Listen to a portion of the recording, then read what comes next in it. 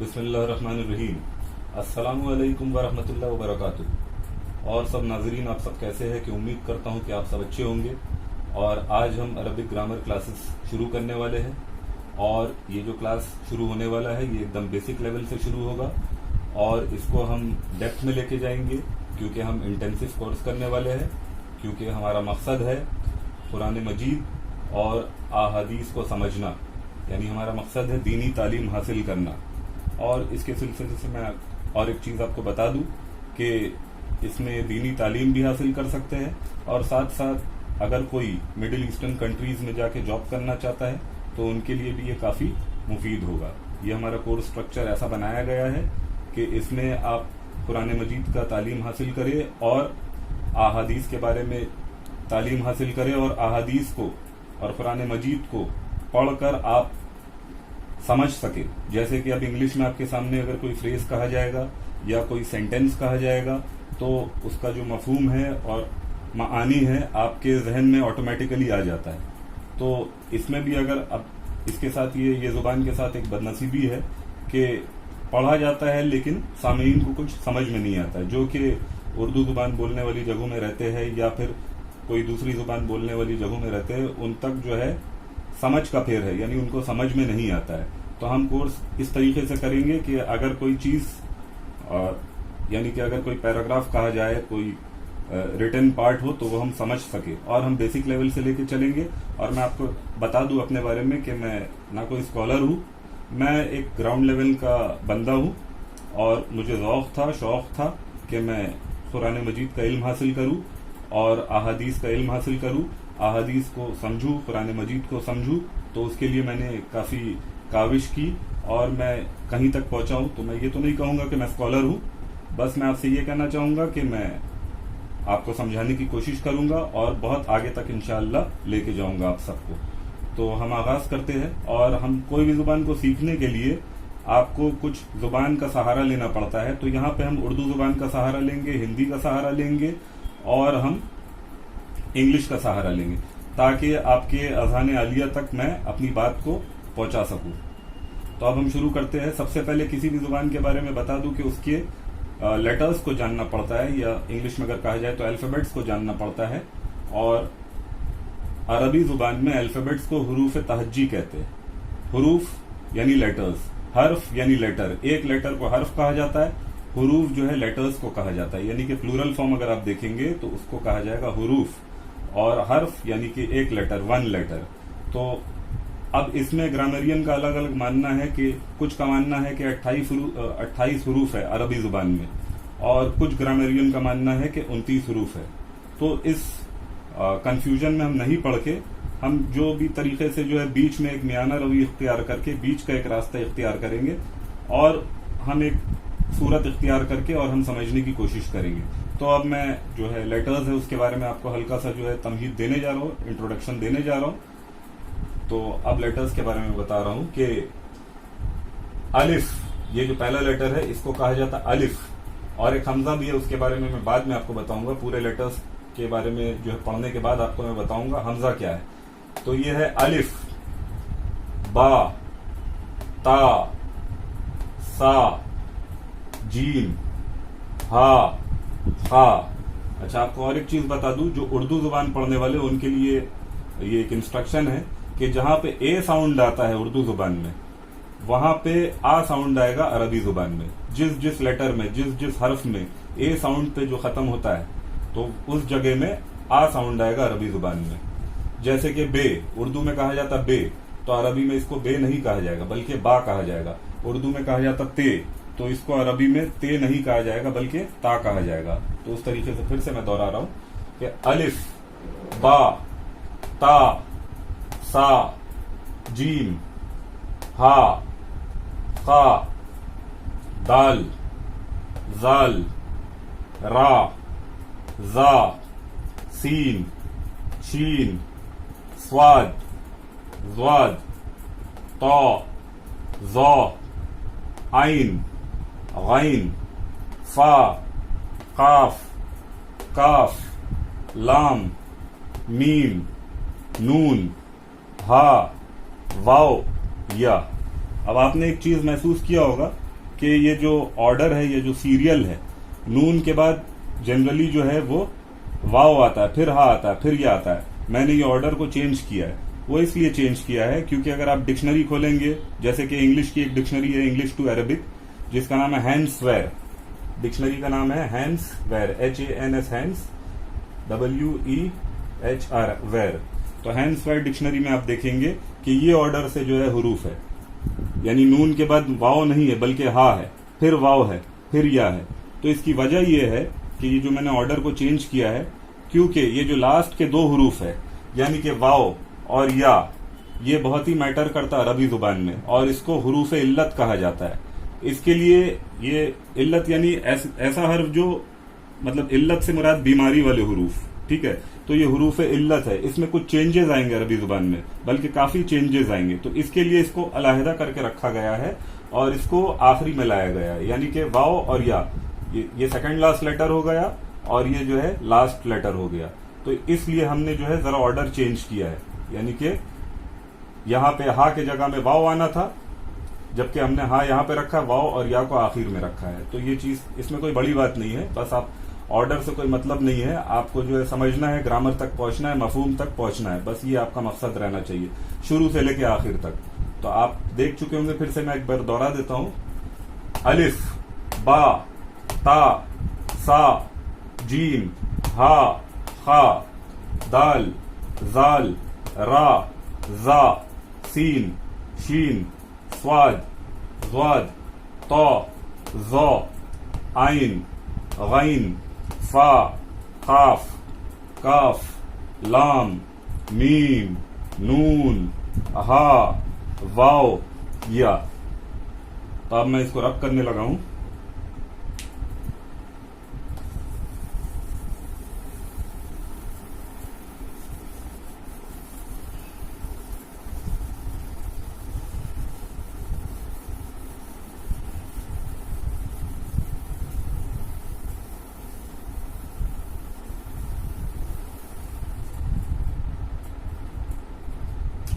अब मैं जो आपको फर्क बताने वाला हूं अलिफ और हमजा के बीच में। अब ये अगर आप देखेंगे तो ये है अलिफ, और ये अगर आप देखेंगे तो ये है हमजा।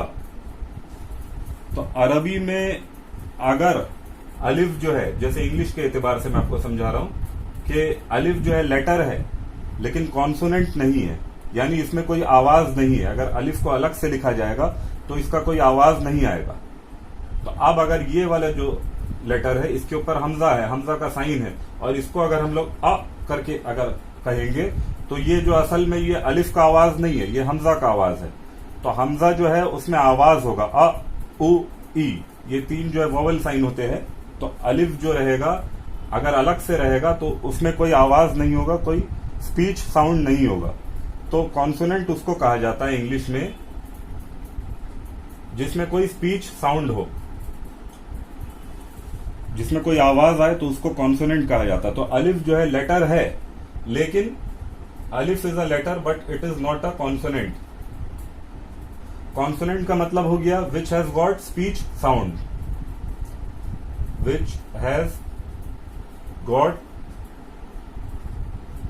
आपको दिख रहा होगा, मैं कोशिश कर रहा हूं अपने तरफ से ठीक लिखूं, विच हैज गॉट स्पीच साउंड, जिसमें आवाज होगी उसको कॉन्सोनेंट कहा जाता है। तो अलिफ में अगर आप देखेंगे जब तक कि उस पर कोई वोवेल साउंड यानी वोवेल का साइन अगर नहीं लगेगा तो आवाज नहीं आएगी। तो ये जो है ये अलिफ है और ये जो है हमजा है, ये दोनों फर्क है। हमजा का मतलब ऐसा ये रहेगा जिसमें आवाज आएगा, ऐसा लेटर जिसमें आवाज है, यानी अलिफ के साथ ही वो आएगा। तो अब हमजा का तो सिंबल ये है, तो फिर पूछा ये जाएगा कि ये अलिफ यहां क्यों दिया गया है। तो असलन क्या है, ये हमजा जो है कमजोर है, कभी कभी ये अकेला आता है, जब ये कुव्वत वाला होता है तो ये अकेला आता है, नहीं तो ये अलिफ का सहारा लेता है। कहीं कहीं पे ये वाव के साथ आता है, वाव के ऊपर हमजा आ गया, तो कभी कभी ये वाव के साथ आता है और कभी कभी ये या के साथ आता है।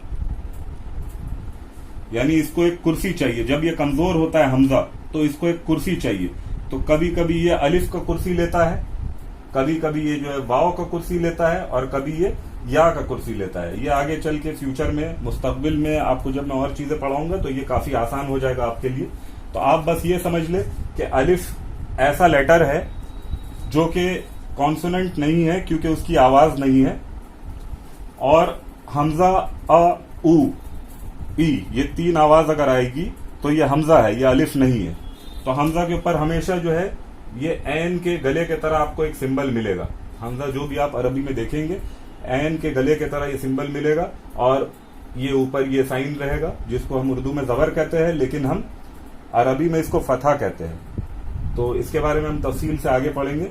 तो ये अलिफ, ये हमजा है, ये भी हमजा है, ये भी हमजा है। हमजा ने एक कुर्सी का सहारा लिया। अब अलिफ जो है यहाँ पे एक कुर्सी है, चेयर के तरीके से आया, यानी सहारा देने के लिए, और यहाँ पे भी जो है वाव चेयर के तरीके से आया सहारा देने के लिए, और यहाँ पे या जो है वो चेयर के तरीके से आया सहारा देने के लिए। तो उम्मीद करता हूं कि ये सब चीजें जो है आपको समझ में आई होगी। और अलिफ का एक मकसद है कि ये इलोंगेट करने के लिए यूज होता है। अभी एक जैसे बा है, मिसाल के तौर पे ये बा है, ठीक है, जब हम लोग लिखेंगे मिला के जब लिखेंगे तो इसको छोटा करके लिखा जाएगा। अब बा है, अगर बा में आप अलिफ लगा देंगे तो ये क्या हो जाएगा, बा। तो यहां पे क्या हो रहा है, इलोंगेशन हो रहा है, यानी कि लंबा हो रहा है। ये हर्फ जो है वो खींच के पढ़ा जा रहा है, लंबा किया जा रहा है। तो अलिफ का जो काम है वो इलोंगेट करने के लिए भी होता है, यानी लंबा करने के लिए होता है। बाकी ये जो आवाज वाला है ये हमजा है, और अलिफ जो है इलोंगेशन के लिए आ रहा है, लंबा करने के लिए आ रहा है। अच्छा, ये चीज आप उम्मीद करता हूं कि समझ गए होंगे, और अगर आप नहीं समझे तो दोबारा से आप वीडियो को जो है चलाएंगे और दोबारा से देखेंगे तो चीजें आपको क्लियर हो जाएंगी। ये सब बेसिक चीजें हैं, ये रफ्ता रफ्ता जो है आपको क्लियर होना ही है। और मैं अपने तरफ से अपनी जानिब से कोशिश करूंगा कि एकदम बहुत ही आसान जुबान में बहुत ही आसान करके आपको समझाऊं, क्योंकि मैं ग्राउंड लेवल का हूं। मैंने भी जो है शुरू से जो रफ्ता रफ्ता सीखा है, मैं कोई अल्लामा तो हूं नहीं, ठीक है, मैंने भी रफ्ता रफ्ता सीखा। तो मैं भी कोशिश करूंगा, क्योंकि मैं जानता हूं कि लोगों के साथ क्या मुश्किलात है, तो क्योंकि मैं उन मुश्किलात से गुजरा हूं, तो मेरी कोशिश ये रहेगी कि मैं आपको आराम से बहुत ही आसान उर्दू में और इंग्लिश का भी इस्तेमाल करके बहुत ही आसान तरीके से आप तक बात पहुंचाऊं। अभी आपने देख लिया होगा, अब मैं इसको रब कर रहा हूं, मिटा रहा हूं मैं इसको, और बिस्मिल्लाह भी मिट गया है। खैर, हमने आगाज कर दिया है।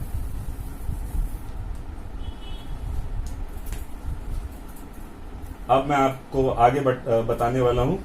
जैसे इंग्लिश में हम लोग देखते हैं कि पार्ट्स ऑफ स्पीच जो है वो कितने हैं।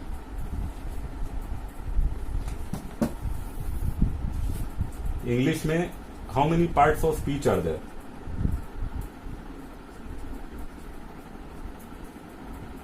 जब इंग्लिश का आगाज हम करेंगे तो पार्ट्स ऑफ स्पीच जो है वो कितने हैं, तो पता लगा पार्ट्स ऑफ स्पीच जो है वो 9 है, 8 है, सॉरी। पहला जो है वो नाउन है, दूसरा जो है प्रनाउन है, PRONOUN, और तीसरा जो है वो एडजेक्टिव है। इंग्लिश के सिलसिले से मैं आपको बता रहा हूं। अब इससे जो है हम जाएंगे अरबी की तरफ। और चौथा जो है वर्ब है, पांचवा एडवर्ब है, और छठा इंटरजेक्शन है,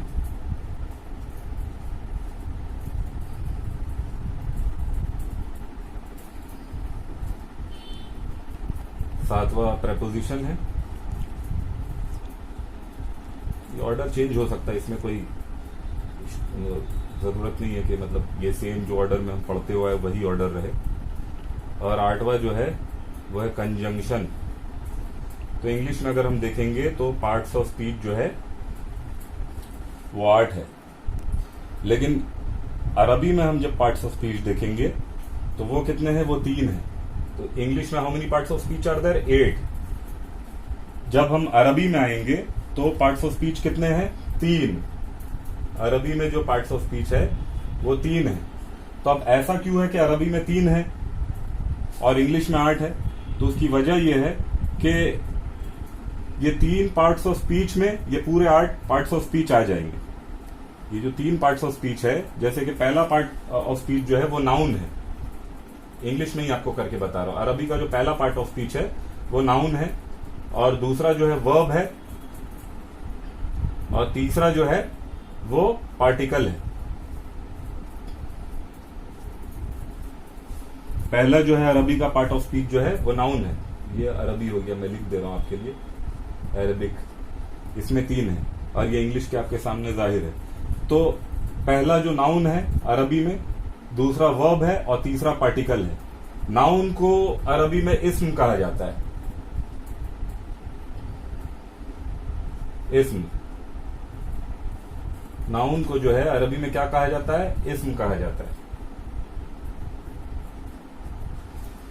वर्ब को अरबी में फेल कहा जाता है। ये फा हो गया, ये आइन हो गया, ये लाम हो गया। वर्ब को क्या कहा जाता है? फेल कहा जाता है। और पार्टिकल को अरबी में क्या कहा जाता है? हर्फ। हा रा, देखिए लिखने का तरीका देख लीजिए, छोटा करके लिखा जाता है। हरफुन, उन बोला जाएगा, इसको फेलुन, और ये हो गया इस्मुन। ऐसे ही कर देता हूं। तो नाउन को इस्म कहा जाता है अरबी में, वर्ब को फेल कहा जाता फेलुन, पार्टिकल को हरफुन या हर्फ आप कह लीजिए। तो अब ये जो 3 पार्ट्स ऑफ स्पीच है अरबी के, ये तीनों पार्ट्स ऑफ स्पीच इंग्लिश के पूरे 8 पार्ट्स ऑफ स्पीच को अपने अंदर समो लेते हैं। जैसे कि ये नाउन हो गया, ये भी जाके नाउन में मिल जाएगा अरबी के। इसमें प्रोनाउन भी जो है नाउन के गिनती में आएगा। एडजेक्टिव जो है ये भी नाउन में चले जाएगा। एडवर्ब जो है ये भी नाउन में चले जाएगा। तो यहां के जो है 1, 2, 3 एंड 4 4 जो पार्ट्स ऑफ स्पीच इंग्लिश के हैं वो पूरे जाके नाउन में मिल जा रहे हैं। यानी pronoun is also a noun, adjective भी नाउन है, एडवर्ब भी जो है नाउन है अरबी वाला। उसके बाद हम आते हैं फेल के तरफ। ये वर्ब जो है, ये वर्ब यहां पे भी एक है, यहां पे भी एक है। यानी इंग्लिश में वर्ब भी एक है और अरबी में भी जो है वर्ब है जिसको फेल कहा जाता है वो एक ही है। बाकी ये बच गए 3, इंटरजेक्शन, प्रेपोजिशन और कंजंक्शन। ये इसमें से जो प्रेपोजिशन है ये आपका चले जाएगा हर्फ में, कंजंक्शन भी जाएगा हर्फ में। अच्छा, ये इंटरजेक्शन जो है ये भी नाउन में जाएगा, इसका एक पर्टिकुलर नाम है। तो ये भी जो है नाउन में चले जाएगा। यानी कि अरब इंग्लिश के 5 पार्ट्स ऑफ स्पीच जो है वो पूरे नाउन के अंदर चले जा रहे हैं। 2 प्रेपोजिशन और कंजंक्शन जो है वो पार्टिकल यानी कि हर्फ में चले जा रहे हैं। उसके बाद में एक वर्ब जो है, यहाँ का वर्ब बराबर है। तो आपको समझ में आ गई होगी ये सब बातें। अब मैं आगे चलने वाला हूं, तो इसको मैं मिटाने वाला हूं ताकि आप तक जो है बात क्लियर हो जाए और आगे भी जो है मैं कुछ बता सकूं आपको।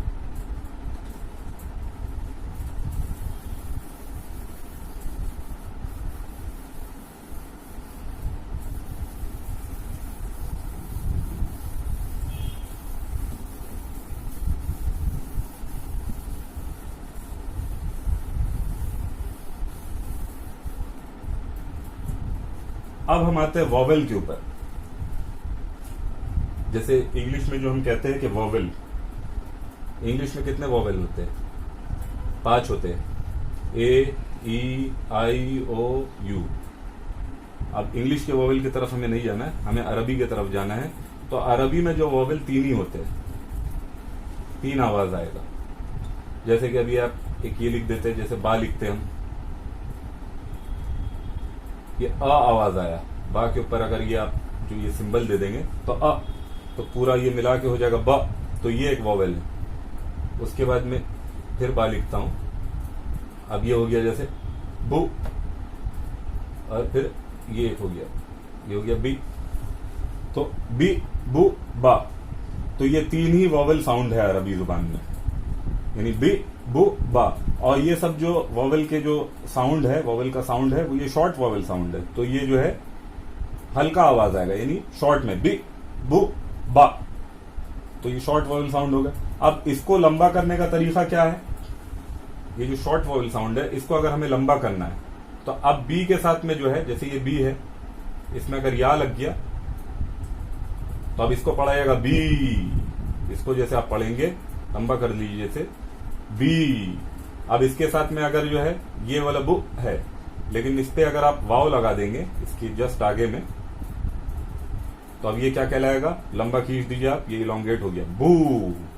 और ये बा है, इसके साथ में अगर हम अलिफ लगा दिए और ये वाला सिंबल दे दिए साइन, तो अब ये हो जाएगा लंबा खींचना है बा। मैंने पहले भी बताया था आपको कि अलिफ का जो काम है इलोंगेट करना, उसी तरीके से वाव भी जो है इलोंगेशन के काम में आ रहा है, यानी कि लंबा करने के काम में आ रहा है, हर्फ को खींचने के काम में आ रहा है। और या भी जो है वो हर्फ को खींचने के काम में आ रहा है, लंबा करने के काम में आ रहा है। यानी कि ये बी, बू, बा, ये हमने बहुत ही आसान करके आपको बताया है, बी, बू, बा। और ये शॉर्ट वाउल साउंड क्या है, बी, बू, बा। तो अब ये सब चीजें हो गई। तो इंग्लिश के तरीके से जो 5 वॉवल साउंड है वो नहीं है अरबी में। अरबी में 3 वॉवल साउंड है। अब उसके बाद हम आते हैं एक साइन के तरफ में। ये है ऐसा गोल साइन हम लोग देंगे, जबकि कहीं कहीं पे ऐसा साइन दिया जाता है और कहीं कहीं पे ये इस तरीके से खोल के भी साइन दिया जाता है। ये जुड़ा हुआ नहीं रहेगा, ये खुला हुआ रहेगा। इसको क्या कहा जाता है, सुकून। इसका नाम है सुकून। अगर इसको इस तरीके से जो आपको रोमन में लिख के बता रहा हूं ताकि इजी हो समझने में, बाकी इसको जो इस तरीके से भी लिख सकते हैं, सुकून। तो ये जो हो गया सुकून है, इसको क्या कहेंगे हम, सुकून कहेंगे। उर्दू में लिख दे रहा हूं आपको किस तरीके से ऐसे करके लिखा जाएगा,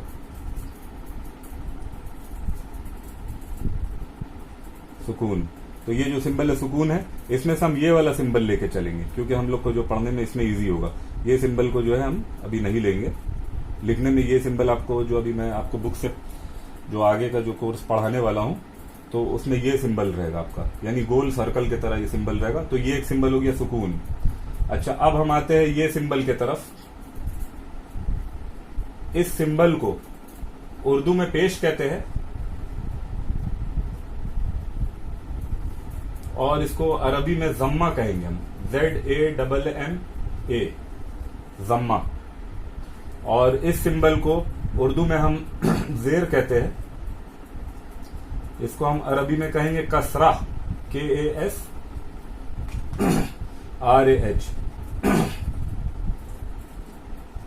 कसरा।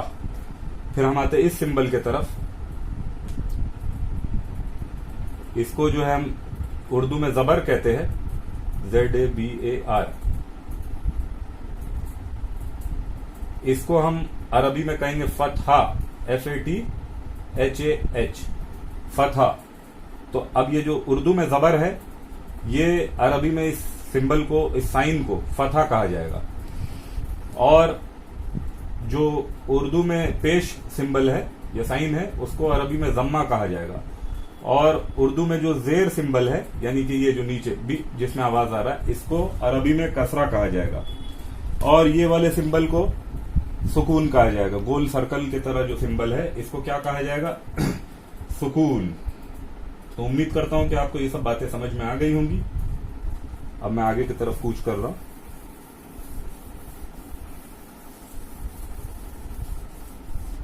और आपसे दरखास्त है, अगर कोई चीज नहीं समझ में आए तो आप कमेंट सेक्शन में आप उसको मेंशन कर सकते हैं। तो मैं अपने तरफ से कोशिश करूंगा कि क्लास में उसको वाजे कर दूं, उसके बाद वाले क्लास में उस चीज को वाजे कर दूं। और आपसे ये दरखास्त है कि आप जब ये वीडियो देखेंगे तो आपका, देखिए मैं जो ये काम कर रहा हूं तो मुझे शौक भी है, ज़ौक़ भी है, और मेरा फरीजा भी है कि मैं ये जुबान जो अरबी है, जिसमें कुरान नाजिल हुआ है और जिसमें अहादीस है, तो मेरा ये फरीजा है कि मैं ये आवाम तक पहुंचाऊं, जो मैं जानता हूं पहुंचाने की कोशिश करूं। तो उसमें मुझे सपोर्ट भी चाहिए, और सपोर्ट इस तरीके का चाहिए कि आपका मेन काम ये होना चाहिए कि आपको सब्सक्राइब करना होगा, नोटिफाई करना होगा, यानी बेल आइकॉन दबाना होगा, ये उस पर क्लिक करना होगा। उसकी वजह से क्या है कि नए जो वीडियोज आएंगे उसको आप देख सकेंगे। और आपके जो भी इश्कालात है, यानी जो भी दुश्वारी है, तो आप उसको कमेंट सेक्शन में लिख सकते हैं, जिसके बाद मैं उसको अगले क्लास में कोशिश करूंगा कि वजाहत कर दूं। लेकिन आपसे ये दरखास्त है कि आप बाद वाले क्वेश्चंस पहले ना पूछे। आपसे ये दरखास्त है कि जो भी क्लास से रिलेटेड क्वेश्चंस है वो पूछे।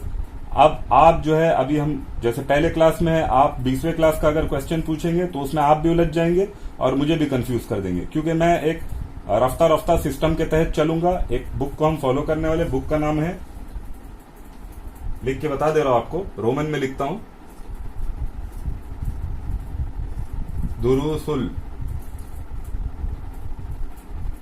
लुगतिल अरबिया, या यती भी पढ़ सकते हैं, अरबियती ली।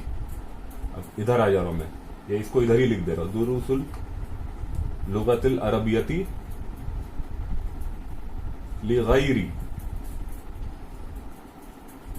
लिगैरिन नातिकीना, नातिकीना डबल कर दे रहा हूं इसको, लिगैरिन नातिकीना बिहा। इसका मतलब क्या होगा? दुरूस है लुगतिल अरबिया, दुरूसुल लुगतिल अरबिया लिगैरिन नातिकीना बिहा, यानी जो ये बोलने वाले नहीं है, ये जो जुबान है अरबी, जिनकी मदर टंग नहीं है, उनके लिए दुरूस है, उनके लिए जो है दर्स का यानी लेक्चर्स का जो है सिलसिला है। और लुगत जुबान को भी कहते हैं अरबी में, तो ये अरबी जुबान को समझने के लिए उनके लिए है जो कि जिनकी मादरी जुबान अरबी नहीं है, उनके लिए क्लास है। जिनकी मादरी जुबान अरबी है तो वो तो बाई बर्थ उसको मिलता रहेगा, तो उनके लिए नहीं है।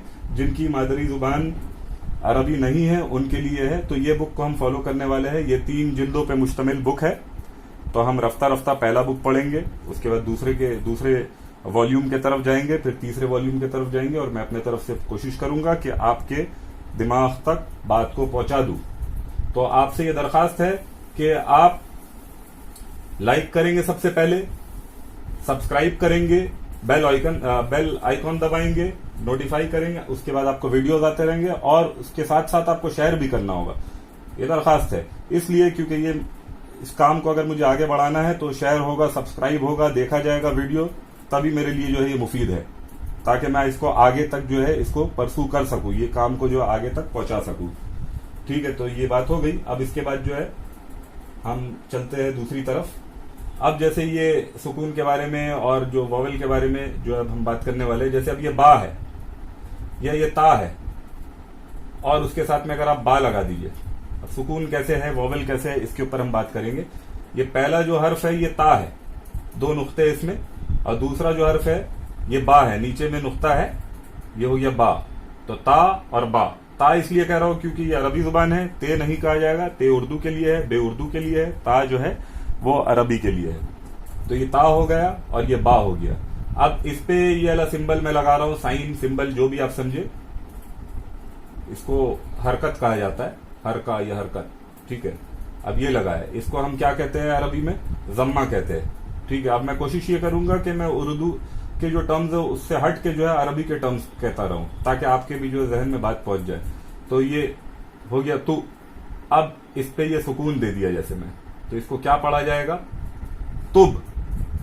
तो अब सुकून में आपको क्या करना है? जहां पे आवाज नहीं हो सुकून वहीं पे जो है आएगा, यानी जहां पे सुकून है इसका मतलब उस लेटर के ऊपर आवाज नहीं है। ये ता के ऊपर ऊ की आवाज है क्योंकि ये जम्मा है, और ये बा पे सुकून है, तुब। तो इससे क्या समझ में आ रहा है? जहां पे जिस जगह पे आवाज नहीं है, जहां पे स्पीच साउंड नहीं है, वहां पे सुकून है। सुकून का मतलब वहां पे स्पीच साउंड नहीं होगा, तो इसको आप क्या कहेंगे? तुब। अब इस तरीके से अगर मैं लिख रहा हूं, इसको आप क्या कहेंगे? ये जो सिंबल है ये क्या है? ये फतहा है, अरबी में फतहा, और उर्दू में जो है इसको जबर कहा जाता है। अब ये क्या हो गया? तब। तो तुब, तब। अब अगर इस तरीके से मैं लिखता हूं तो इसको आप क्या कहेंगे? दोनों हर्फ के ऊपर जो है कौन सा सिंबल है? फतहा, यानी कि जबर। तो इसको आप क्या कहेंगे? तबा। तो तुब, तब, तबा। अब अगर आप इसको ऐसे लिखेंगे, ये ता हो गया, ये बा हो गया, ये ता हो गया। अब इसके ऊपर जो आप जम्मा लेके आ गए, और इसके ऊपर जो है आप लेके आ गए फतहा। तो अब इसको क्या पढ़ा जाएगा? तुब्ता।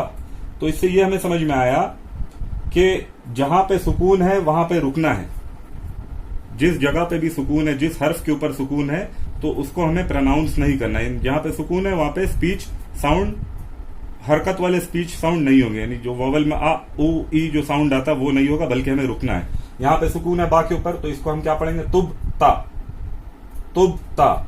अब उसी तरीके से जो मैंने पहले आपको बताया था कि बा के ऊपर जो ये लगा है तो इस पे जो है ये फतहा है, तो अब यहां तो दो लेटर है, यहां पे दो हर्फ है, एक तो बा है, दूसरा वाला हर्फ है अलिफ।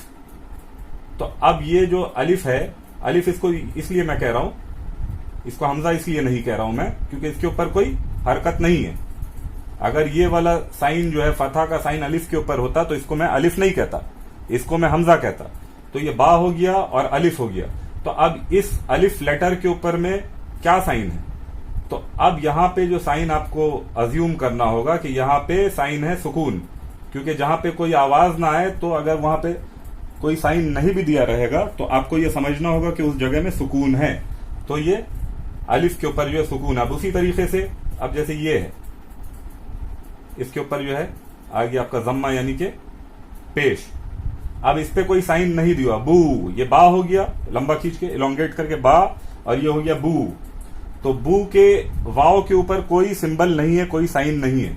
तो अब यहां पे भी आपको ये तसव्वुर करना होगा कि यहां पे सुकून है, जहां पे कोई सिंबल ना हो, जहां पे स्टॉप हो रहा है, तो ये जगह में आपको तसव्वुर करना होगा कि यहाँ पे सुकून है। अगर यहाँ सुकून नहीं होता तो यहाँ पे कोई ना कोई आवाज आना चाहिए था, जो कि यहाँ पे आवाज नहीं आ रही है। तो यहाँ पे भी सुकून आपको तसव्वुर करना हो, लिखा हो या ना लिखा हो। आगे चल के आपको ये सब चीजें समझ में आ जाएगी क्योंकि ये सब बेसिक चीज है। उसी तरीके से अब ये जैसे ऐसे है बा और ये या है, यहाँ पे जो है कसरा सिंबल है यानी कि जेर सिंबल, उर्दू का जेर अरबी का कसरा। तो ये जो सिंबल है, तो अब यहां पे या के ऊपर आप क्या साइन तसव्वुर करेंगे, यहां पे भी सुकून है बी। तो ये बा के ऊपर, बा के नीचे जो सिंबल है ये है कसरा, लेकिन यहां पे कोई सिंबल नहीं है, तो ये तसव्वुर किया जाएगा कि यहां पे भी सुकून है। तो जहां पे कोई आवाज ना हो तो वहां पे ये तसव्वुर किया जाएगा कि उस जगह पे सुकून है। तो अब आप फर्क समझ गए होंगे सुकून का और जो वॉवल साउंड्स है उनका। वॉवल साउंड्स तीन ही है अरबी में, एक है अ, उ, ई। अब अगर बा के ऊपर आप लगा देंगे तो बा, बू, और ये बा के नीचे अगर कसरा लगाएंगे तो हो गया बी। ये छोटा वॉवल साउंड है, इसको अगर आपको लंबा या इलोंगेट करना है तो इसमें आपको वाव लगा देना होगा। बा के साथ में वाव लगा देंगे, जम्मा के साथ में तो हो जाएगा बू, और बाव के साथ में अलिफ लगा देंगे, फतहा के साथ में हो जाएगा तो बा, और बा के साथ में या लगा देंगे, कसरा के साथ में हो जाएगा बी। तो ये सब चीजें उम्मीद करता हूं कि वाज़ेह हो गई होंगी आपको। अब थोड़ा सा फिर हम इंग्लिश का सहारा लेंगे। जैसे कि एक वर्ड है जिसको हम कहेंगे बुक। बुक को, अब ऐसे बुक है, अब इसको कोई बुक या एक बुक अगर हमें बनाना है, कोई बुक या एक बुक, तो हम क्या सिंबल लगाएंगे, क्या लेटर देंगे। इंग्लिश का ये तरीका है कि ये जो बुक है इसको अगर हमको कोई बुक या एक बुक बनाना है तो हम उससे पहले अ लगा देंगे, तो ये हो जाएगा अ बुक। यानी कि ये है इनडेफिनेट, इंग्लिश में जो है इनडेफिनेट, INDEFINITE, ये जो है इनडेफिनेट है, यानी इसका कोई खासियत नहीं है, कोई खास बुक नहीं है, ये कोई भी बुक है, अ बुक, कोई एक नॉर्मल सा बुक है।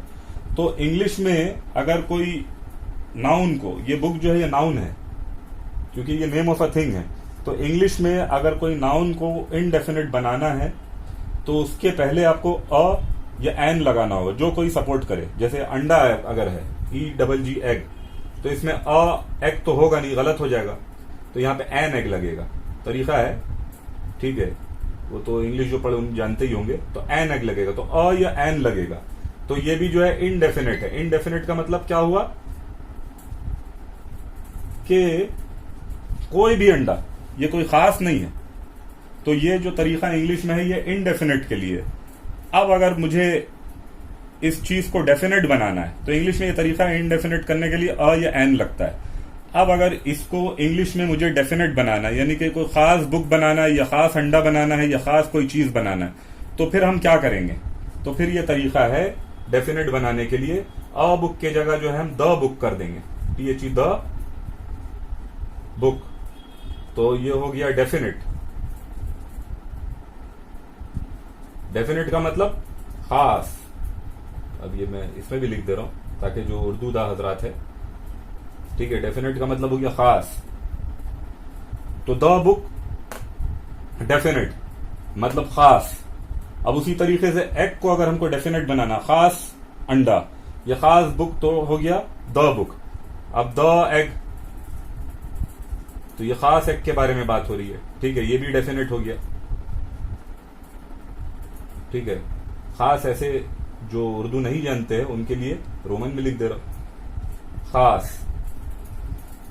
अब द चेयर, ये भी खास हो गया, कोई खास चेयर के बारे में बात हो रही है, हर चेयर के बारे में बात नहीं हो रही है, ये भी जो है खास हो गया, कुर्सी, तो ये भी खास हो गया। तो इंग्लिश में ये तरीका है, क्या तरीका है कि अगर इनडेफिनेट बनाना यानी कोई खास चीज ना हो तो अ लगा दे या एन लगा दे, और अगर डेफिनेट बनाना है यानी खास बनाना है तो द लगाना जरूरी है। किसी भी नाउन को खास बनाने के लिए द लगाना है इंग्लिश में। तो अब हम आते हैं अरबी के तरफ, कि अरबी में अगर कोई नाउन है, नाउन को हम क्या कहते हैं अरबी में? इस्म। फिर से मैं दोहरा दूं, इस्म। वर्ब को क्या कहते हैं हम अरबी में? फेल। और एक है हर्फ, हर्फ यानी इंग्लिश में पार्टिकल। तो अब जो है हम आते हैं अरबी के तरफ, ठीक है, ARABI अरबी, ठीक है। तो अरबी के तरफ जब हम आते हैं तो यहां पे अब जैसे एक लफ्ज है किताब, ठीक है, एक लफ्ज क्या है? किताब। अब इसको हमें बनाना है इनडेफिनेट, यानी कोई भी किताब।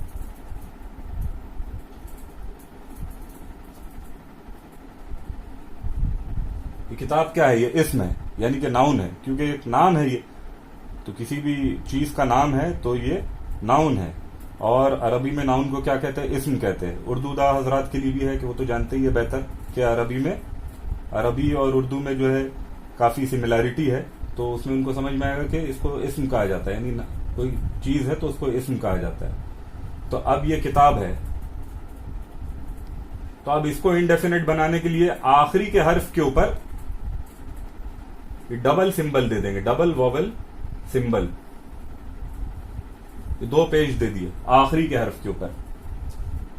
आखिरी के हर्फ के ऊपर अगर 2 पेज दे दिए, 2 पेज नॉर्मली जो लिखा जाता है, एक पेज को थोड़ा उल्टा करके लिखा जाता है, ये एक तरीका है हमारे हिंदुस्तान में, तो ये फॉलो किया जाता है, ठीक है, एक पेज उल्टा एक पेज सीधा। तो इसको यानी कि ये जम्मा कहा जाएगा इसको अरबी में, ये साइन को जो है। अब 2 जम्मा अगर आप दे दिए तो ये क्या हो जाएगा? इसको क्या प्रोनाउंस करेंगे? किताबुन। तो अब किताबुन का मतलब क्या हुआ? इनडेफिनेट, यानी कि a book. A book English में है तो किताबुन अरबी में है, इसका मतलब हो गया अ बुक। उसी तरीके से अगर आप लफ्ज कलम ले ले,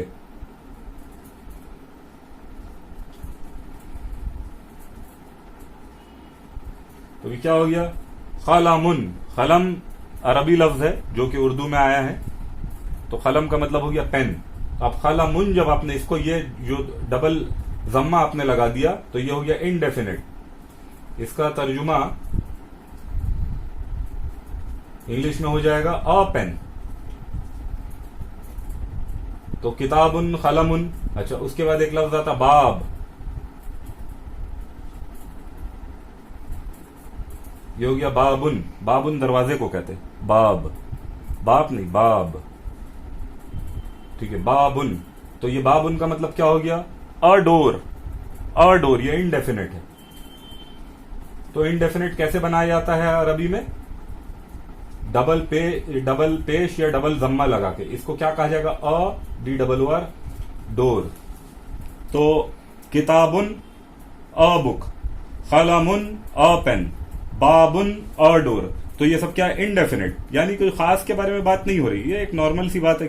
किताबुन कोई एक किताब, कलमुन कोई एक बुक, कोई एक पेन, बाबुन कोई एक दरवाजा, ठीक है। तो ये हो गया। अच्छा, इसको क्या कहा जाता है? ये जो सिंबल है, ये जो डबल वाला जो सिंबल है, डबल वॉवल साउंड, डबल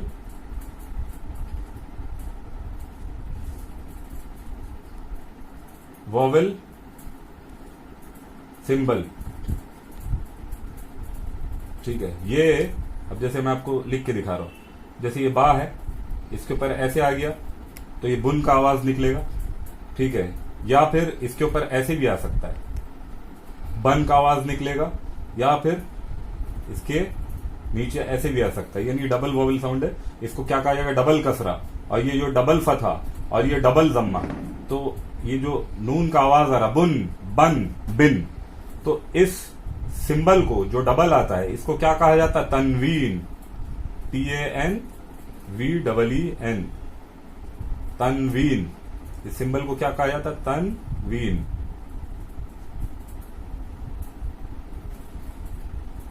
तनवीन। तो ये क्या हो गया? तनवीन। तो ये डबल जम्मा यानी कि डबल पेश, और डबल फथा यानी कि डबल जबर, जबर जो उर्दू में, और डबल जेर। आप जब कुरान पढ़ते होंगे तो ये सब सिंबल्स आप देखते होंगे, इन सब सिंबल्स का आप मुशाहदा करते होंगे। तो इनको क्या कहा जाता है? तनवीन। तो तनवीन जब लगाएंगे किसी हर्फ के, लेटर के आखिरी, यानी किसी वर्ड के, किसी लफ्ज के आखिरी लेटर के ऊपर, तो वो इनडेफिनेट हो जाएगा। जैसे कि आप ये देखेंगे यहाँ पे 4 हरूफ है, काफ है, ता है, अलिफ है, बा है।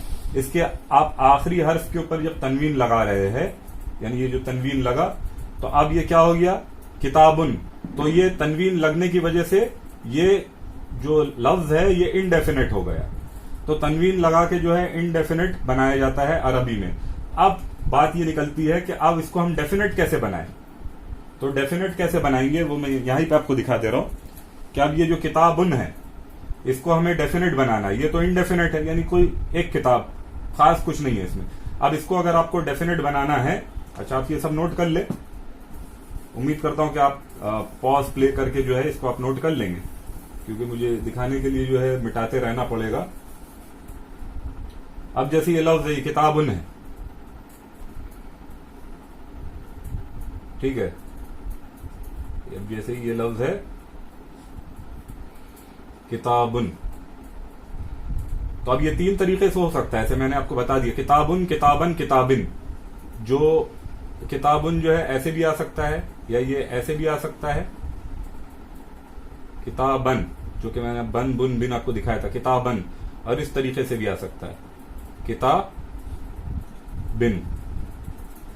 तो अब ये इस चीज के बारे में हम बात करेंगे, ये बुन क्यों है, बन क्यों है, बिन क्यों है। किताबुन, किताबन, किताबिन।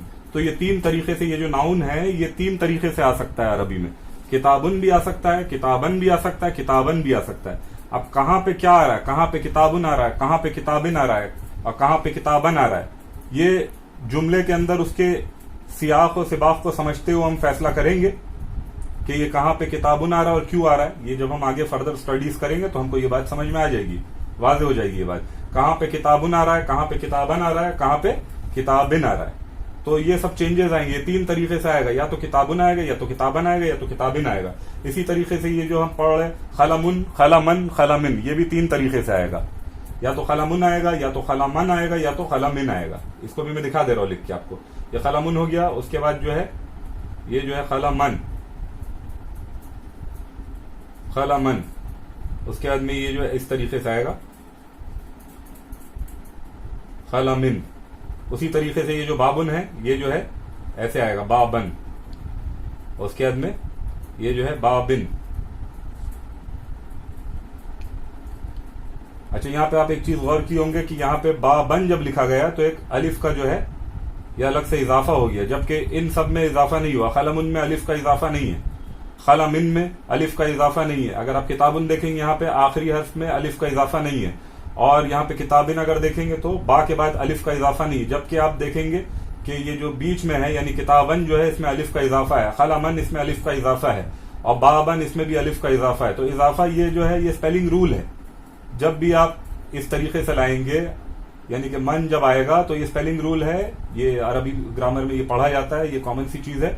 तो ये अलिफ के इजाफे के साथ में ये किताबन, खलमन, बाबन या और कोई कुर्सियन कुछ भी आप उसमें फिट कर दे तो इस तरीके से आएगा। तो ये अन के साथ ही आएगा, यानी जब ये तनवीन लगेगा तो अलिफ के इजाफे के साथ अन पे तनवीन लगेगा, यानी कि 2 जब फतहा रहेंगे तो अलिफ के इजाफे के साथ में लगेगा। अब हम आते हैं कि ये जो डेफिनेट हो गया किस तरीके से करना है। अब इसको हमको ये इनडेफिनेट किस तरीके से करना है ये हम देख चुके हैं। अब हमको देखना ये है कि हम इन सब लफ्ज को डेफिनेट कैसे बनाएंगे। अब जैसे ये लफ्ज है किताबुन, इसके पहले जो हमको अल लगा देना है। अल जो है द का काम करेगा। इंग्लिश में जो टी द होता है जो डेफिनेट बनाने के लिए इस्तेमाल हुआ था, ये जो अल है ये द का काम करेगा। तो ये हो गया अल, उसके बाद में ये काफ ले लिए, ठीक है, ये हो गया। अब ये लाम है ये, ठीक है, यहां पे समझ जाइए कि आप ये दे रहा हूं मैं। अब ये हो गया अल किताबो। तो पहले क्या था किताबुन, बाद में अल लगा दिए तो क्या हो गया अल किताबो। अल किताबुन नहीं होगा, ये इस तरीके से नहीं लिखा जाएगा। अल किताबो ये करेक्ट है। ऐसे अगर आप लिख रहे हैं अल किताबुन, अल किताबुन अगर लिख रहे तो ये गलत है। जब अल आएगा तो ये तनवीन, जो डबल जो पार्ट है, डबल सिंबल जो है, इसको कहा जाता तनवीन। अल जब आएगा तो ये तनवीन जो है ये सिंगल में तब्दील हो जाएगा। तनवीन का मतलब डबल साउंड, जो डबल जो साइंस के साथ आता है, ये सिंगल में तब्दील हो जाएगा। यानी अल किताबुन ये जो है ये रॉन्ग है, ये गलत है। किताबुन, इसको अगर आप अल लगा देंगे डेफिनेट इस तरीके से, अब ये डेफिनेट हो गया, DEFINITE, ये डेफिनेट हो गया। डेफिनेट का मतलब अब खास हो गया अल किताबो। तो अल किताबुन गलत है, किताबुन होगा तनवीन के साथ, यानी कि डबल जो है सिंबल है और जम्मा का सिंबल है किताबुन, उसमें अगर आप अल लगा देंगे तो ये हो जाएगा अल किताबो। अल किताबो को क्या तर्जुमा करेंगे आप, द बुक। तो इंग्लिश में तो द लगा के किया जाता है, अरबी में किस तरीके से डेफिनेट किया जाता है, अल लगा के। यानी कि एक लफ्ज है, वर्ड है, उससे पहले आप अल लगा देंगे। अल लगने के बाद जो है अब वो किताबुन से जो है अल किताबो हो गया। उसी तरीके से ये खलामुन है, ये पहला वाला जो लफ्ज है जैसे खलामुन है, तो इसको अब कैसे हम लोग डेफिनेट बनाएंगे, अल खलमो।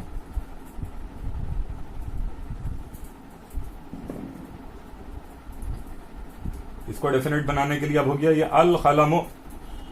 अभी इसको अल खलमुन नहीं पढ़ा जाएगा, अल खलमो। तो अब इसको क्या पढ़ा जाएगा, अल खलमो। तो अब ये क्या हो गया, ये हो गया आपका डेफिनेट, यानी द पेन। उसके बाद उसी तरीके से आप जो बाबुन लफ्ज है उसको जो है डेफिनेट बनाना, ये जबकि इनडेफिनेट है। तो बाबुन को अगर हमको डेफिनेट बनाना है तो हम क्या करेंगे, इसको अल लगा देंगे शुरू में। तो अब ये क्या हो जाएगा, अल बाबो। इसमें सुकून है, इस पे फतहा है, ठीक है, ये हो गया अल बाबो। तो अल बाबो का मतलब हो गया द डोर। उम्मीद करता हूं कि मैं जो समझा रहा हूं आसान करके आप समझ रहे होंगे। तो ये हो गया अल बाबो। इसी तरीके से अगर ये किताब बन है, इसमें आप अल लगा देंगे तो ये हो जाएगा अल किताब बा। अब देखिए यहां पे जो अलिफ का इजाफा था, अल लगने के बाद ये अलिफ भी चले जाएगा। ये जो तनवीन जाने के साथ साथ ये अलिफ भी चले, ये हो गया अल किताबा। और ये किताबिन जो है इसमें अगर आप लगा दीजिएगा अल, तो ये हो जाएगा अल किताबी, ठीक है, अल किताबी। तो अल लगाने से क्या है, ये जो तनवीन है, ये जो डबल जो सिंबल है, इसको तनवीन कहा जाता है। तो ये डबल सिंगल जो है सिंगल में चेंज हो जाएगा, डबल सिंबल सिंगल में चेंज हो जाएगा। तो अब जैसे ये किताबुन, किताबन, किताबिन, इसमें अगर अल लगा देंगे तो ये हो जाएगा अल किताबु, अल किताबा, अल किताबी। तो इसका क्या मतलब हुआ, अल जब लग गया तो द बुक। अब ये अल क्यों लग रहा है और ये अलग अलग जगह में इसका क्या यूज है, इसको मैं अभी आपको बताने वाला हूं, ताकि आपके अज़हान आलिया तक मेरी पहुंचाई हुई बात पहुंच जाए। मैं मौलवी नहीं हूं, इसलिए आपको मौलवियत मेरे अंदर नहीं मिलेगी, तो प्लीज बेयर विथ मी। लेकिन आपको मौलवी से आगे पहुंचा सकता हूं मैं, यानी जो अच्छे मौलवी नहीं, जो ऐसी जो इधर उधर के जो मौलवी है उनसे मैं आपको जो आगे पहुंचा सकता हूं, ऐसी बात नहीं है। तो अब जो है, अब एक चीज आपको मैं जैसे बताने वाला हूं।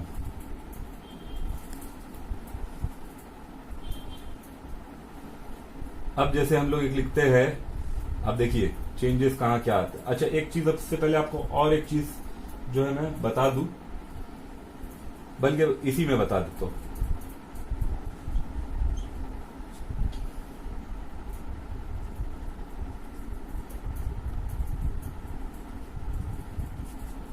अब ये क्या लफ्ज है, मोहम्मदुन। तो अब अच्छा, इसके बाद जो है मोहम्मदुन,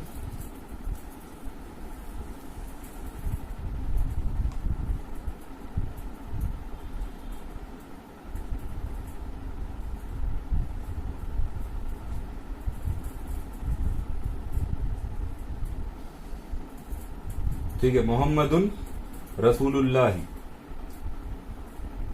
एक तो ये लफ्ज हो गया। ठीक है, उसके बाद जैसे अब एक ये लफ्ज है,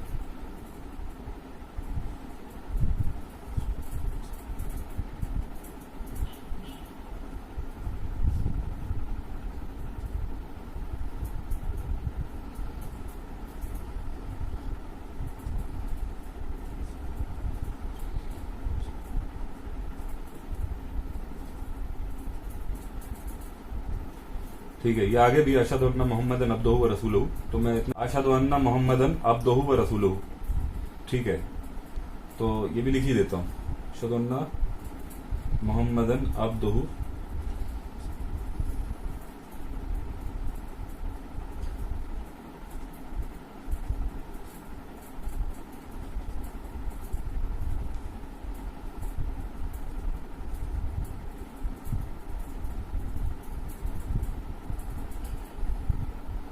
अशहदु अन्ना मोहम्मदन अब्दुहु व रसूलुहु। अब ये जैसे मैं लिख दिया, ये हा है, ये जो लास्ट में जो है ये हा है, अशहदु अन्ना मोहम्मदन अब्दुहु व रसूलुहु। फिर एक लफ्ज है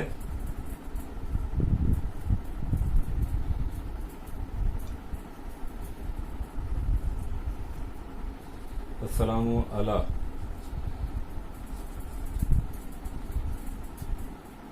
इदाल है, अस्सलामु अला मोहम्मदिन, यानी सलाम कर रहे हैं मोहम्मद को, अस्सलामु अला मोहम्मदिन। तो अब आप यहां पे देखेंगे कि ये जो है ये मोहम्मदुन है, मोहम्मदुर रसूलुल्लाह है, मोहम्मदुन रसूलुल्लाह है आप पढ़े, और यहां पे आप क्या पढ़ रहे हैं, अशहदु अन्ना मोहम्मदन अब्दुहु व रसूलुहु, और तीसरे फिक्रे में आप क्या पढ़ रहे हैं, इसको अस पढ़ा जाएगा। तीसरे फिक्रे में जो आप पढ़ रहे अस्सलामु अला मोहम्मदिन, तो एक जगह पे आप मोहम्मद को मोहम्मदुन पढ़ रहे पहले वाले फिक्रे में, पहले वाले सेंटेंस में, दूसरे वाले सेंटेंस में आप मोहम्मदन पढ़ रहे अशहदु अन्ना मोहम्मदन, दूसरे वाले सेंटेंस में आप क्या पढ़ रहे हैं, मोहम्मदन, और तीसरे वाले सेंटेंस में आप क्या पढ़ रहे हैं, अस्सलामु अला मोहम्मदिन। तो अब एक लफ्ज है मोहम्मद, एक नाम है मोहम्मद, तो आप एक जगह पे जो है मोहम्मदुन पढ़ रहे और एक जगह पे मोहम्मदन पढ़ रहे और एक जगह पे मोहम्मदिन पढ़ रहे। तो ये अरबी ग्रामर कोर्स में ये बहुत बेसिक चीज है, ये आगे हमको समझ में आएगा कि कहाँ पे मोहम्मदुन है और वो क्यों है, इसकी वजह क्या है, और किसी किसी जगह पे मोहम्मदन है तो वो क्यों है, इसकी वजह क्या है, किसी जगह पे मोहम्मदिन है तो वो क्यों है, इसकी वजह क्या है। तो ये एक जगह पे मोहम्मदुन, एक जगह पे मोहम्मदन और एक जगह पे मोहम्मदिन। अच्छा, अब मेरा एक ये सवाल है और सवाल का जवाब मैं ही दूंगा कि यहाँ पे ये लफ्ज जो है ये मोहम्मदुन, मोहम्मदुन पे जो है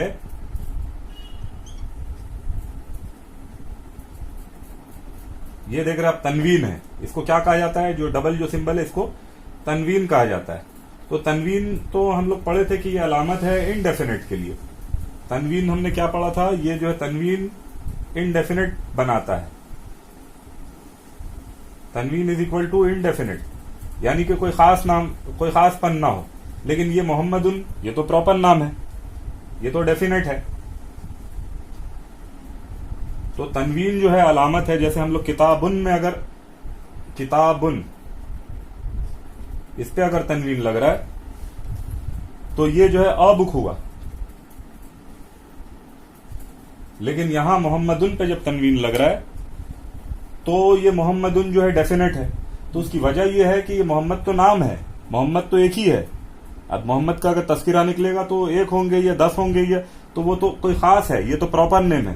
तो समझ में ये आया कि अगर प्रॉपर नाम होगा तो उस पे जो तनवीन अगर होगा तो ये इनडेफिनेट की अलामत नहीं है। प्रॉपर नाउन पे अगर तनवीन होगा, ये तनवीन है, ये जो है तनवीन है, तो प्रॉपर नाउन पे अगर तनवीन होगा तो ये जो है ये इनडेफिनेट नहीं बल्कि ये डेफिनेट होगा, क्योंकि नाम जो है प्रॉपर नाउन अपने आप में डेफिनेट है।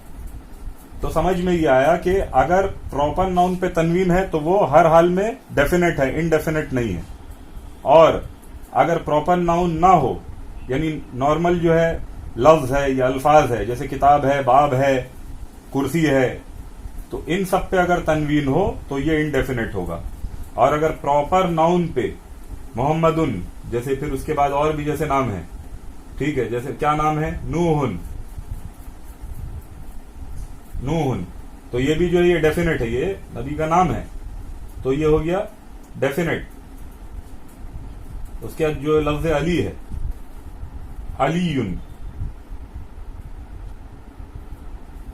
ठीक है, अलीयुन, अलीयुन नाम है, मोहम्मदुन नाम है, नूहुन नाम है। इस पे अगर ये जो सिंबल है इसको तनवीन कहा जाता है, ये अगर तनवीन हो भी तो हमको ये मान के चलना होगा कि ये जो है ये डेफिनेट है, ये इनडेफिनेट नहीं है, यानी ये खास नाम है।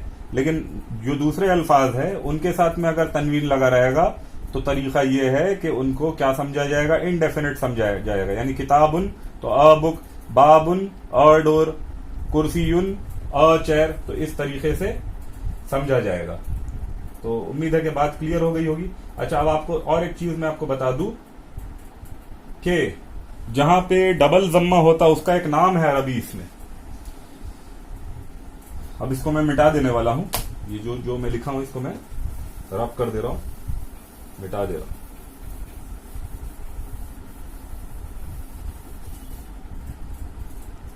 अब एक चीज मैं आपको बता दूं, तो पहला बात तो जो इस्म होगा, जो भी इस्म होगा, कहानी इसका खत्म हो रहा है, दूसरे से देख रहा हूं, इसी से कर लूं। एक सेकंड, मैं जरा सा ले आऊं। हाँ, मैं एक आपको टर्म बता दूं, उसके बाद मैं अपने वीडियो को आज के लिए जो है खत्म कर दूंगा, फिर आगे चल के जो है जो मुख्तसर इख्तिसार के साथ कुछ चीजें आपको बता दूं, फिर उसके बाद मैं खत्म कर दूंगा। तो अब जो है ये पहले वीडियो के हिसाब से आपको बहुत इंशाल्लाह मैटर मिलने वाला, मेरे पास में बहुत मवाद मिलेगा अगर आप जुड़े रहेंगे, और शेयर, सब्सक्राइब और बेल आइकॉन को दबाना, ये सब जो है इसको आप करते रहेंगे तो बहुत मवाद आपको मिलने वाला है इंशाल्लाह। और आप जो है, जो उनके लिए मैं बता दे रहा हूँ, जो बोलना सीखना चाहते हो उनके लिए, बोलचाल के लिए भी ये जो कोर्स है ये बहुत मुफीद रहेगा, और जो दीनी इल्म हासिल करना चाहते हैं उनके लिए भी बहुत मुफीद रहेगा। प्राइमरीली तो उनके लिए मुफीद रहेगा जो दीनी इल्म हासिल करना चाहते हैं, और जो बोलचाल करना चाहते हैं उनके लिए भी बहुत मुफीद रहेगा। तो अब मैं एक दिखा दे रहा हूं आपको, ये किताबुन, ये जो साउंड है किताबुन, इस तरीके से जब आएगा तो इसको क्या कहा जाएगा, मरफू, MARFOO, इसको कहा जाएगा मरफू, MARFOO, किताबुन। इसी तरीके से ये जो हालत है इसको कहा जाएगा किताबन, इसको कहा जाएगा मंसूब, MANSOOB। जिसको समझ में नहीं आ रहा तो सुन ले, जिसको देखने में दुश्वारी है तो वो सुन ले, MANSOOB, किताबन, ये मंसूब हो गया। और फिर उसके बाद जो है एक हालत है, ये तीन हालत में रहेगा, एक नाउन, एक इस्म, इसको क्या कहा जाएगा, किताबिन। इसको क्या कहा जाएगा, मजरूर, MAJROOR, मजरूर।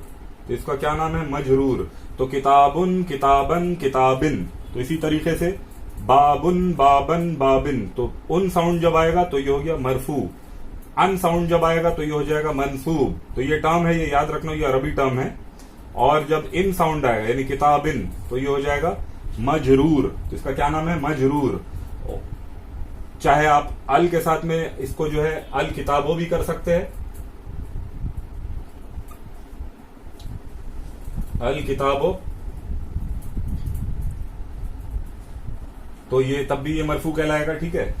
लेकिन ये डेफिनेट है, डेफिनेट मरफू है, ये इनडेफिनेट मरफू है। उसके साथ अगर आप अल लगा के जो अल किताबा अगर करना चाहते हैं तो आप अल किताबा कर दीजिए, तो ये भी इस हालत में अल किताबा, ये किताबन, ये मंसूब है। और उसी तरीके से अगर आप अल किताबे, तो ये भी जो है मजरूर है। तो अल किताबे, तो किताबुन मरफू, अल किताबो मरफू, अल किताबा या किताबन मंसूब, अल किताबे या जो है नाउन के होंगे अरबी जुबान में।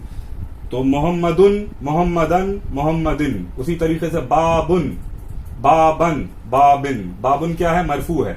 बाबन क्या है, मंसूब है। बाबिन क्या है, मजरूर है।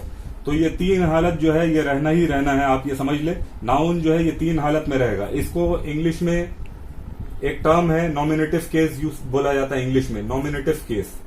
लेकिन हम लोग को इंग्लिश में जाना नहीं, फिर भी मैं आपको जो है एक इंट्रोडक्टरी तौर पे, तमहीदी तौर पे आपको बता दे रहा हूं। मरफू यानी कि नॉमिनेटिव केस, मंसूब यानी कि ऑब्जेक्टिव या एक्यूजेटिव केस, और मजरूर यानी जेनेटिव केस। लिख के भी दिखा दे रहा हूं, जेनेटिव, JENITIVE, ये जेनेटिव केस हो गया ये इंग्लिश में।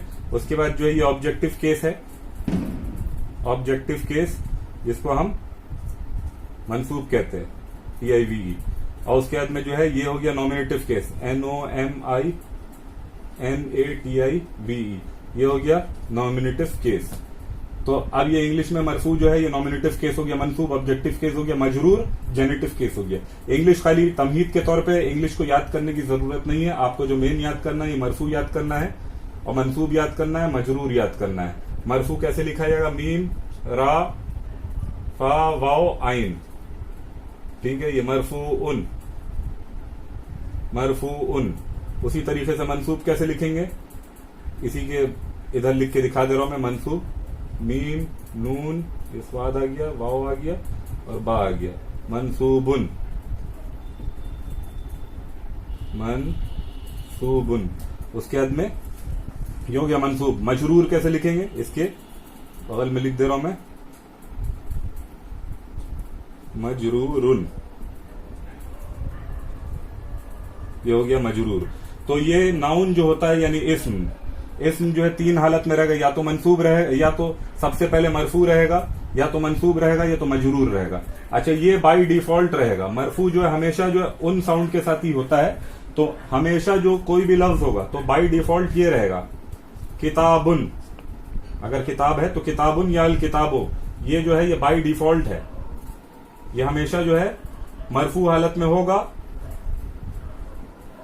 लेकिन अब अगर ये किताबुन जो है किताबन में बदला है, किताबिन में बदला, तो ये चेंजेस आएंगे। लेकिन बाय डिफॉल्ट जो बुनियादी तौर पे जो है ये कोई भी लफ्ज अगर है, नाउन है, तो वो मरफू रहेगा।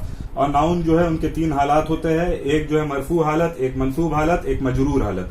मरफू में किताबुन, मंसूब में किताबन, मजरूर में किताबिन। उसी तरीके से अगर मोहम्मदुन पकड़ेंगे आप, तो मोहम्मदुन मरफू, मोहम्मदन मंसूब, मोहम्मदिन मजरूर। तो आज के लिए इतना काफी है, क्योंकि कुछ ज्यादा गाढ़ा हो जाएगा, हल्के हल्के रफ्ता रफ्ता हम लोगों को चलना है। तो आपसे फिर मैं आखिरी में फिर दरखास्त करता हूं कि आप मुझे सपोर्ट करें, कि मैं जो है वीडियोस बनाते रहूं, और आपको शेयर करना है, सब्सक्राइब करना है, बेल आइकन को दबाना है, और इस वीडियो को जो है कामयाब बनाना है, और इल्म हासिल करना है, और इल्म लोगों तक पहुंचाना है। तो इसके लिए जो है मैं आपको बस इतनी बात कह के जो है मैं वीडियो को तमाम करता हूं। अस्सलामु अलैकुम वरहमतुल्लाहि वबरकातुहू।